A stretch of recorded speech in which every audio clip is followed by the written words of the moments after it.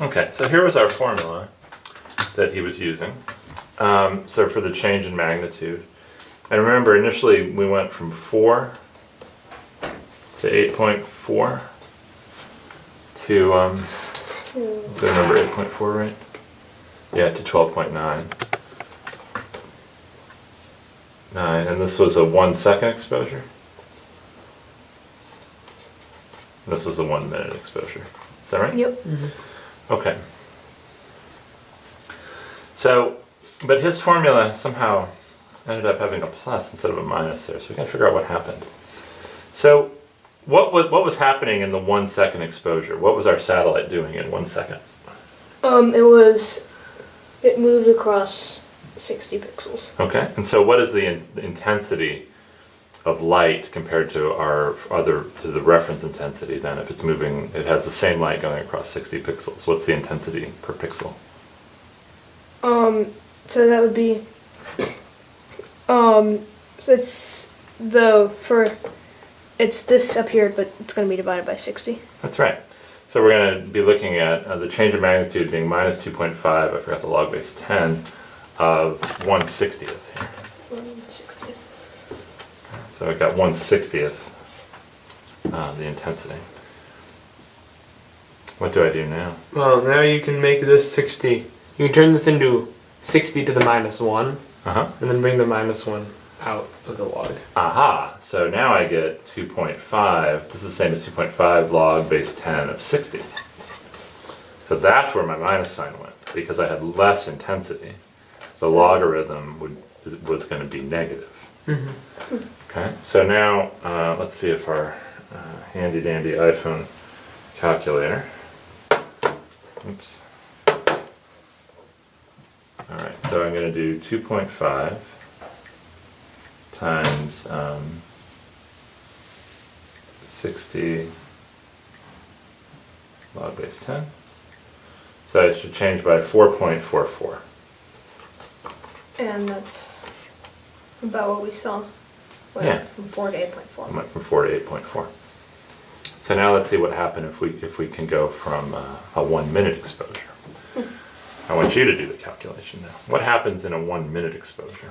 Alright, so the brightness of the original 1 second exposure spread over 3600 pixels. Mm-hmm. So So it's going to be 1 out of 1, so it's 1 out of 3. minus 2.5 log times 400, 3600, Yep. Okay. which is 2.5 log base 10 of 3600. Okay. You want to? Oops. Sorry, I'm losing that. So Well, here, lay it down flat so it's on the camera. Oh, it's really not that much on the camera. Let me zoom in. Alright, Go ahead.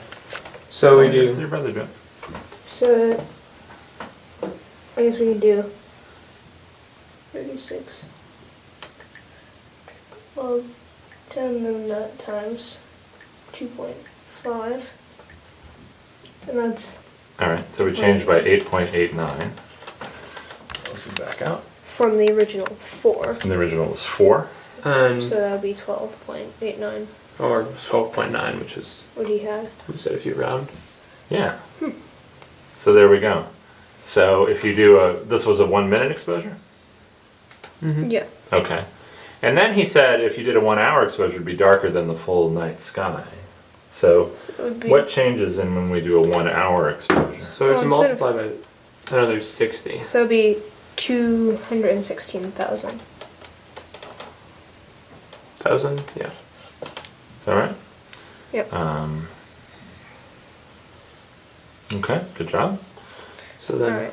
2.5, it'd be 2.5 log of 216,000. Okay. So And then I'll pull that up on the Wikipedia. times 2.5. So it's about, we're changing by 13.333 from our original 4. So Okay. it's about 17.3. Wow. Okay. So 17, it's between 17 and 18. So Yep. Pluto has magnitude 14. And Sharon, that's one of Pluto's moons, or Pluto's only moon, has magnitude 16. So it's so dark.